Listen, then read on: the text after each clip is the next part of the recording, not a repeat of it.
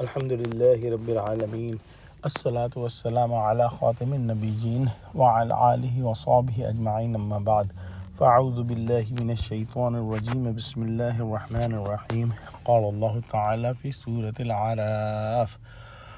قال انک من المنظرین۔ ترجمہ، فرمایا اچھا تجھ کو مہلت دی جاتی ہے۔ پچھلی آیتوں میں ہم نے پڑھا کہ جب شیطان لعین ابلیس نے اللہ سبحانہ و تعالیٰ کا حکم ماننے سے انکار کیا اور آدم علیہ السلام کو سجدہ نہ کیا تو اللہ سبحانہ و تعالیٰ نے اس کو آسمانوں اور جنت سے نکال باہر فرمایا، اور اس کے بعد ابلیس نے اللہ سبحانہ و تعالیٰ سے مہلت مانگی، قیامت کے دن تک کی مہلت، اور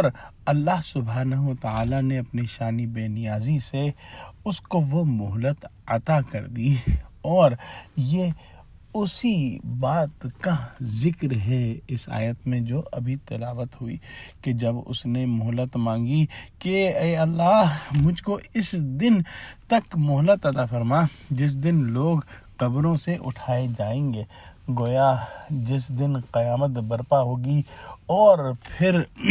جو ہے وہ سور پھونکا جائے گا، دوسرا سور پھونکا جائے گا، جس کے بعد لوگ اٹھائے جائیں گے اور سب کا فیصلہ ہوگا۔ اس وقت تک کی اس نے مہلت مانگی اور اللہ سبحانہ و تعالیٰ نے اس کو مہلت عطا فرما دی۔ اگلی آیتوں میں انشاءاللہ ہم پڑھیں گے کہ اس نے کس طرح سے اپنے ارادے اور اپنے پلان کا ذکر کیا۔ دعا کرتے ہیں کہ اللہ سبحانہ و تعالی ہم کو شیطان کی چالوں کو سمجھنے والا بنا اور ہم کو اس سے نفرت کرنے والا بنا اور اس کے وسوسوں کو پہچاننے والا بنا اور اس کے وسوسوں کو پہچان کر ان سے بچنے والا بنا، آمین۔